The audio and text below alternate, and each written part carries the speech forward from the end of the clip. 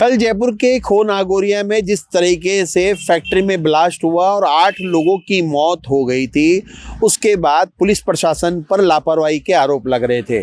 किशनपोल से विधायक अमीन कागजी ने साफ तौर पर पुलिस पे आरोप लगाए कि पुलिस और सरकार की लापरवाही है। साथ उन्होंने कहा था कि यहाँ जो फैक्ट्री चल रही है उसकी शिकायत स्थानीय निवासियों ने भी दी, लेकिन पुलिस खो नागौरिया ने उस पर कार्रवाई नहीं की।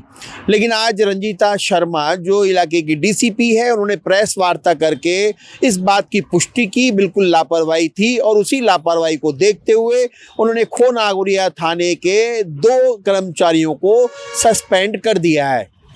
इसीलिए इसी फैक्ट्री के आसपास एक और फैक्ट्री की शिनाख्त हुई है जहां पर उस पर कार्रवाई जारी है।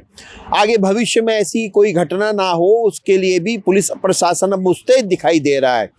अब एक सबसे बड़ा सवाल ये सामने आता है कि जिस पुलिस प्रशासन को मालूम था, जिस पुलिस प्रशासन की बीट प्रणाली है, जिस पुलिस प्रशासन के लिए खो नागौरिया थाने में कुछ समय पहले जयपुर पुलिस कमिश्नर ने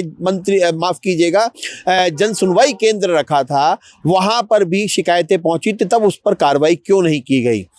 क्योंकि क्या इस भारत देश में जब तक लोगों की जान नहीं जाएगी तब तक पुलिस प्रशासन कार्रवाई नहीं करेगा? ये सामने जो मामला दिखाई दे रहा है बिल्कुल साफ ऐसा ही दिखाई पड़ता है कि 8 लोगों की जान जाने के बाद में पुलिस प्रशासन अचानक मुस्तैद हुआ और उन्होंने आनन फानन में कार्रवाई की।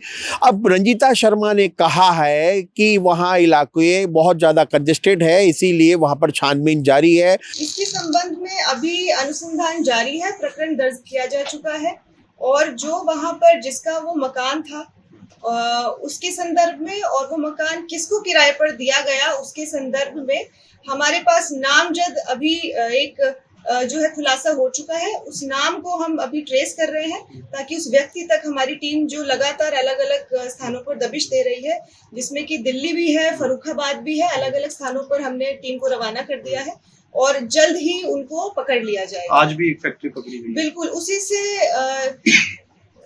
रिलेटेड ही एक और जो जानकारी सामने आई थी कि एक फैक्ट्री भी उसी क्षेत्र में जारी थी और उसके अंतर्गत कार्रवाई करते हुए आज उसको बंद करवाया गया। क्या इसकी सूचना थी ऐसे रिहायशी बस्तियों के अंदर इस तरह की फैक्ट्री चल रही है? ये गैर कानूनी है, इसकी जानकारी बीट में नहीं थी, जो कि हमारे लिए भी एक चुनौती रहती है क्योंकि बहुत ही कंजेस्टेड और ओवरली पॉपुलेटेड पूरा क्षेत्र है और काफी स्तर पे अगर रिहायशी मकान में अगर इस तरह की गतिविधि चल रही है तो मुखबिरी के जरिए ही आमतौर पर उसकी सूचना मिल पाती है। मृतकों की पहचान कैसे की? क्योंकि बॉडी पूरी तरीके से जो है वो जल चुकी थी, डीएनए से पहचान की या उनके घर वालों ने पहचाना? हाँ, कुछ केसेस में डीएनए की भी हम पुष्टि करवाकर भी हमने बॉडी सुपुर्द की। हम अपने दर्शकों को बताना चाहेंगे कि जो फैक्ट्री के अंदर में कल 8 लोगों की मौत हुई है, उस मौत के बाद में कांग्रेस ने ट्वीट करके पूर्व मुख्यमंत्री अशोक गहलोत ने, टीकाराम जूली ने भी पुलिस प्रशासन सरकार पर सवालिया निशान खड़े किए। वहाँ के स्थानीय विधायक, क्योंकि बगरू विधानसभा लगती है, वहाँ के जो स्थानीय विधायक हैं कैलाश वर्मा, वो मौके पे नहीं पहुँचे तो कांग्रेस ने आरोप लगाया कि 2.5 घंटे से 3 घंटे हो गए लेकिन स्थानीय विधायक नहीं आ पाए। अब यहाँ पर बात सामने ये आती है कि क्या पुलिस प्रशासन मौत होने के बाद जागती है?